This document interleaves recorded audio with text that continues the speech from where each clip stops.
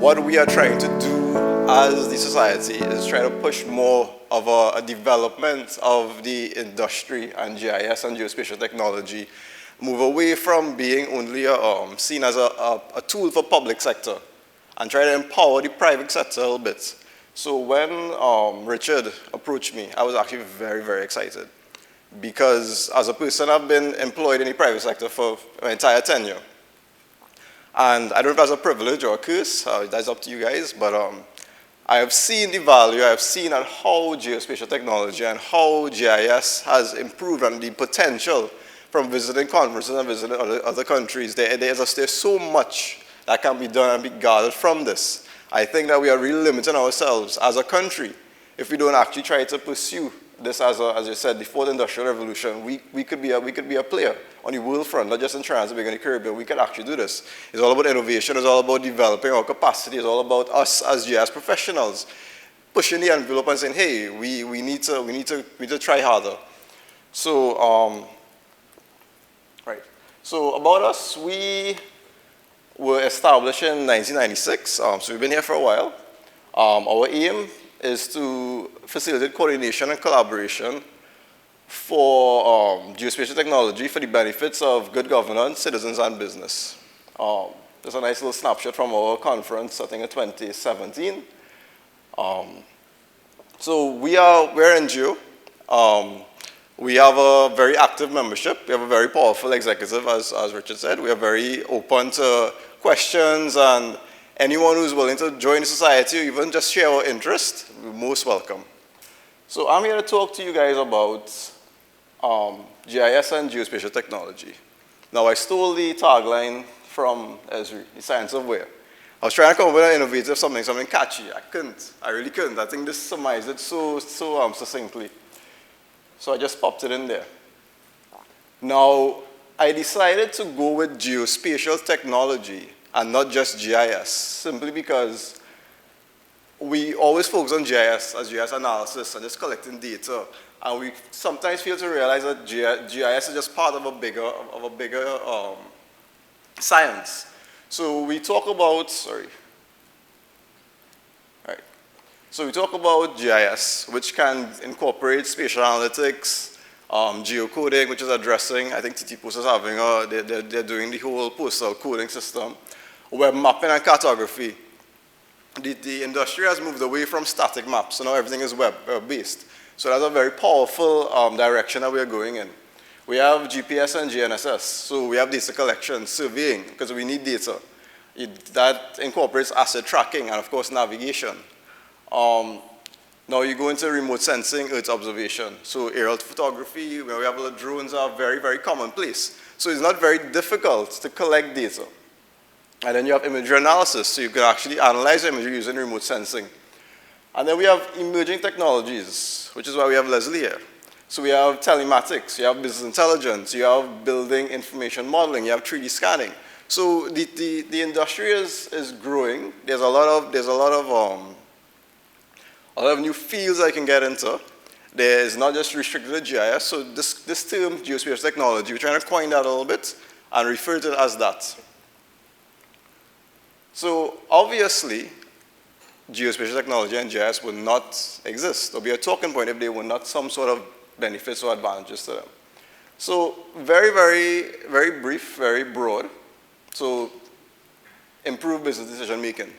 Obvious, we've been hearing it for years. Enhance customer service and increase sales. You have revenue growth, you have cost reductions, cost avoidance, increase in efficiency and productivity. The benefits go on and on. And it affects from a financial perspective from your customer. If you satisfy your customers, you actually generate more business. You keep more business, you get more business. It's only positives.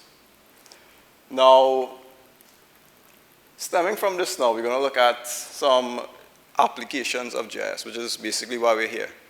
Now, what I've realized is that when you speak about GIS applications and geospatial technology, the position and precision plays a very important factor. So let me explain. So based on how precise you need your data, that is what industry or what application you use it in. So if you're looking at a meter or sub-meter accuracy, you have a lot of industrial applications right here. This drives the price. This drives how you're going to use it. So you could go into oil and gas, transportation, navigation, marine, suburban infrastructure, or millimeter, which is more from a surveying perspective. You have seismology, manufacturing, engineering, building engineering. You have centimeter accuracy, which pushes archaeology and architecture, indoor position, which is BIM. So that's a new thing that's coming on as well. Building information systems. And then most business analytics come within the 10-meter accuracy range, which from a data collection perspective is not expensive. You can get that from a cell phone. You can get that from a handheld device. And look at how many applications you get there. And we're talking about not just collecting your own data, but actually crowdsourced data. You have a lot of data that you can get from the internet. I mean, obviously you vet it. Obviously you have to go through your process. But the data is useful. You can get it from, that can be used for insurance purposes, business analytics, telematics. You can use it in land use analysis, a lot of applications. So I think that, yes, a constraint is always going to be the cost of data, but there are workarounds. And as you mentioned, Richard, Esri, ArcGIS, very expensive, but if you go to open source, there are applications like QGIS which you can use, and there are a lot of open source applications out there that you can use to analyze data and get some sort of business value from it. So I tried to do a few case studies to discuss a little bit of the application to see what's happening out there. So in Colorado, they were looking at renewable and sustainable energy. So a problem with sustainable energy sources is that yes, it is an alternative to the traditional oil and gas. However, there are limitations. So, for example, the persistent problem was the distance between the population and the energy source. So in Colorado, they identified the possible energy sources as wind and solar. Now, they had, I don't know if you've ever been to Colorado, it's very rocky. So they're looking at an optimal location to benefit from alternative energy sources. So what they did is used multi-criteria modeling. So I'm not sure if everybody's familiar with that, but I think we all should be because we learned in the MSc program. It's basically weighted and ranking. So you identify what are your criteria. So they would have identified your wind potential energy, your solar potential energy, the distance from transmission lines, your distance from the city, your population density, and they would have applied a weighting and ranking to each one of these. And basically they've gotten a score, which in the state of Colorado you would have seen, okay, you have particular areas where you can actually implement a wind farm or even possibly install some solar panels to maximize the efficiency of using that renewable energy source. Because yes, there are benefits, but if you're setting up a renewable energy source or somewhere that is basically of no use, it defeats the purpose. Also, for insurance and risk, it's big. We had a lot of flooding happening, I think it was earlier this year, in St. Helena and that side. GIS professionals can map out those areas, which will affect your premium. So you have, if you're looking at insuring houses, there are some areas that are not prone to flooding at all. You have a lower premium, some are very high. It benefits us or persons who are in that lower risk areas. Additionally, if you're looking at monitoring or for car insurance, now some people may have mixed feelings about this, but you can actually equip your car with GPS devices. And you can use telematic equipment and analysis so you can see, okay, what is your drive behavior? Do you accelerate quickly? Do you brake very suddenly? Do you speed aggressively? And that data can actually help either increase or decrease your premium. So if you're a safe driver and you have that data, that can actually benefit you, or vice versa. I mean, it could raise your premium. But it's actually being used by insurance companies in the States to actually help reduce cost of transportation and stuff like that. Now, I want to talk a bit on the current industry trends. So we have a lot actually. When I Google searched, I got a list of probably over 100 of industry leaders. So I just decided to pick a couple of them to discuss. And I wanted to highlight exactly what they were specializing in and see if we could find some trends on our own. So we have Uber. I think everyone knows Uber. I recently went to Miami and Uber was the best thing ever. I just wait outside the hotel and just go like that. But when I came back, I was boasting. I was like, hey, I remember when I was like, hey, Uber's so cool. Like, why would Uber try that? She's like, hey, do you know about TT rideshare? Has anybody heard about TT rideshare? I was like, somebody here has created a local Uber. And I thought that was like, wow, who are these people? I still trying to figure out who did it. What 3 words? I think it was the 2015 EURESA conference, 2016. Yeah. We had the founder, actually, Chris, he presented. And it was so innovative, his addressing system with respect to, I think his story was he was a musician. And he had an issue with where his equipment was being delivered. And every time he had a gig in a country that was probably doesn't have the most updated addressing system, he would always get his equipment delivered in the wrong location, and it was a lot of issues. So he actually developed a system where he split the entire world into 3 by 3 meter square grids, and each of them had a unique 3-word combination. So this area right here that I'm standing could possibly have a word combination of desk, chair, table. And you enter on this app, and you can actually get something delivered right to that spot. So innovation. Here, they specialize in location data analytics, location intelligence, navigation, and location-based marketing. So they've been using big data, they've been using social media trends, where you see people, so a lot of people say, okay, for example, you search for a sweater or something on Amazon, and all of a sudden you just see these ads coming up. That's data. And if you apply a spatial component to it, think about the possibilities. And everyone knows Esri. So their mapping and their location intelligence and Google. Drone deploy was up there. I included that simply because drones are becoming more and more prevalent. And its use in quick data collection is understated. Foursquare, they use it a lot for business and location of like points of interest and stuff like that. But they have also started to incorporate a lot of location data analytics, and they've been selling that data. And Mapbox, they utilize the same location analytics, but they're like to me, I would say they're alternative to Azure with respect to web mapping. So you have a lot of persons using Mapbox to integrate web mapping onto their websites and stuff like that. Now, if you notice, what are the trends? Sorry. Everyone is getting into data analytics, location intelligence, location-based marketing. You have a lot of people getting into big data analytics, the Internet of Things, indoor mapping. So there are a lot of applications that we can be getting into. There are a lot of, I'm talking about, as Richard spoke about, startup companies, not just startup companies, but they're existing companies who can actually gain a lot of benefits from just simply incorporating GIS and geospatial data and spatial analysis techniques into just trying to make some more informed business decisions. Because if you look at the drivers, you're talking about the Internet of Things, artificial intelligence. So this is where we are going.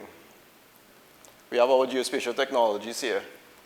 What are the facilitators? We need to have standards. We need to have open data. We always need data. I think we're stuck too much on tying up data. Without data, I mean, everyone keeps their data like if it's, I don't know, I understand the value of it, but we need to share a little bit.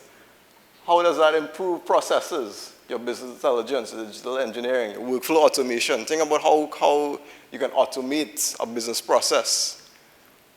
And how are you delivering this? Is it via the web? Is it an application? As Richard said, everything is going mobile now. Is it social media? Is it enterprise GIS? And who are the stakeholders? Us, the citizens, the business leaders and businesses, and the government. And that's how we get in geospatial value. So this kind of just also elaborates a bit. If we talk about our geospatial technologies before, so GPS, GIS spatial analytics, Earth observation, 3D scanning, and you talk about what's driving it, which is your big data and whatnot, your processes. Look at your sectors. Look where government services is. This, well, I won't say last, but it's at the bottom. You have a lot of sectors that here in Trinidad and Tobago we are not maximizing on. And look at the value impact. This is billion US dollars. So I think that Trinidad and Tobago and the Caribbean, we need to improve. We do need to improve.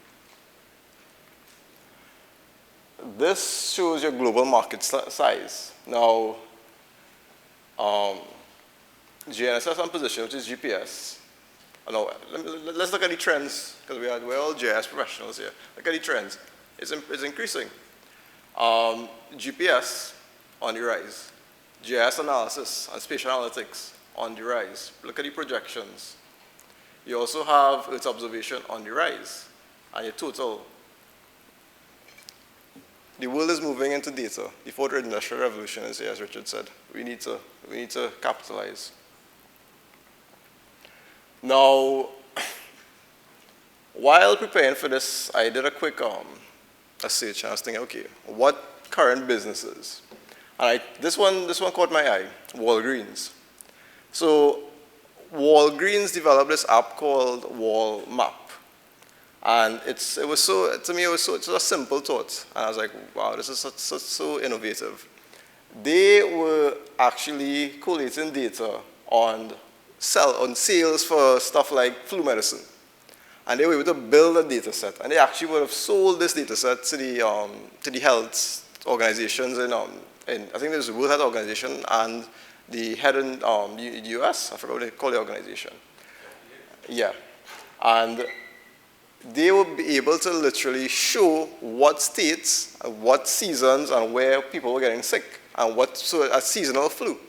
And then they were actually able to give advance warnings in the future. They were able to know when to stock up more medicine. It was so easy, it was so simple. Also, Starbucks, there seems to be a Starbucks everywhere. And they simply used weighting analysis and site selection, looking at simple stuff as population density, average income, your traffic patterns, your proximity to public transportation, and what are the other competitors. All of this GIS analysis, all of this is from data, all of this is from using geospatial technology, and basically thinking outside the box, thinking how can I use geospatial technology to reduce costs, increase revenue, improve customer satisfaction, and basically just improve everything overall. Now, in Trinidad and Tobago, this is where we are now. This is why we're here. Innovation. We need to innovate. We really need to innovate. I think there is definitely a need for integration of GIS and geospatial technology with all of the commercial entities. There are real tangible and intangible benefits of GIS for businesses. And the opportunity for application development, I told you I was taken aback by TT Rideshare. I was so impressed. I was like, this is something I was actually going to pitch. I was like, why does somebody do this application? I was like, it's here. And they are basically, that's a new revenue stream right there. And this will give us geospatial market growth. Now, I know there are some constraints, so I try to list a couple of them, or a few of them actually. Data sharing is an issue, and the high cost of commercial software. I think this relates to the lack of awareness of open source applications. So there's a lot of applications out there that you can leverage to actually even bring an immediate benefit. And yes, it may be difficult. Yes, it may have a steep learning curve, but this is where, Richard, you spoke about building capacity. If you build that capacity, you can actually promote this and say, okay, well, yes, we don't need to invest these hundreds of thousands of dollars in software. You can get an immediate benefit. And that stems to your training limitations. lack of awareness of benefits and business value creation, I think that stems from we need to challenge ourselves intellectually and say, okay, what can we develop? How can we leverage this technology? Lack of geospatial data. This statement may or may not be true because I don't know. I don't know what data organizations have. I don't know what they're collected, but there is. I should say there is a lack of sharing of what people have. So there may not be a lack, but there may be a lack of, okay, I have this data set. I'm willing to share this data set with you if you give me your data set or if you sell it to me. I think people will be willing to do that. And that stems from because of the high cost of data collection. People are very, very, they hold on to their data a lot. So I think that is definitely linked there. And geospatial data standards, we have been trying for years to get the NSDI on stream. Dr. Ramla and University of West Indies, they have really been pushing. And I think if we give a little more support from the business standpoint, we definitely could probably go over the edge and finally get where we want to go. So and hopefully this will change soon. So thank you. I hope I didn't bore you all with my droning. I think that I commend you, Richard, for taking this initiative because it really lit a fire because we were discussing it going forward. Like, how can we push? What's the forum? And I think also Jack and yourself, I think it's a great drive you're going on. So any support we will provide it. So thank you all.